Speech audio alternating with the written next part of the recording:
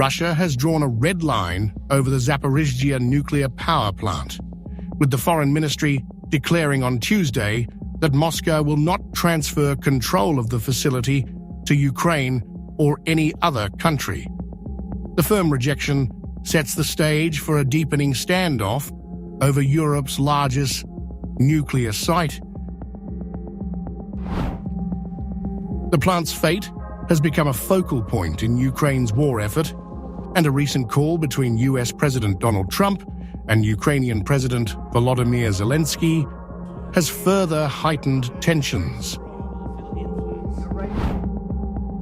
During their conversations last Wednesday, Trump reportedly suggested that American expertise and ownership could serve as the best safeguard for Ukraine's energy infrastructure, according to a White House statement. President Trump also discussed Ukraine's electrical supply and nuclear power plants. He said that the United States could be very helpful in running those plants with its electricity and utility expertise. American ownership of those plants would be the best protection for that infrastructure and support for Ukrainian energy infrastructure. The proposal, however, has met resistance from both Kyiv and Moscow. Zelensky, speaking to journalists after the call, dismissed the idea of ceding ownership.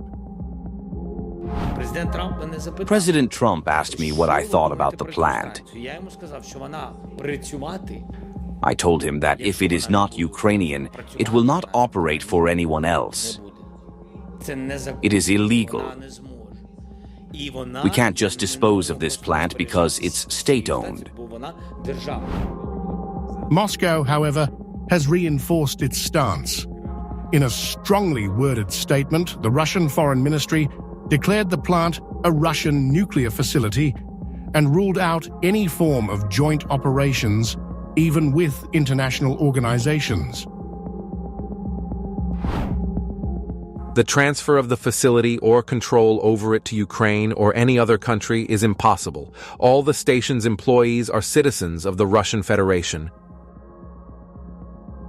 Their lives cannot be played with, especially considering the atrocities that Ukrainians have committed and continue to commit on the territory of our country.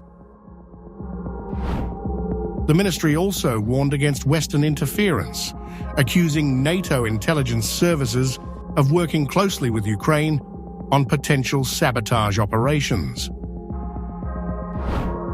The Zaporizhzhia plant, seized by Russia in March 2022, remains a high-risk flashpoint.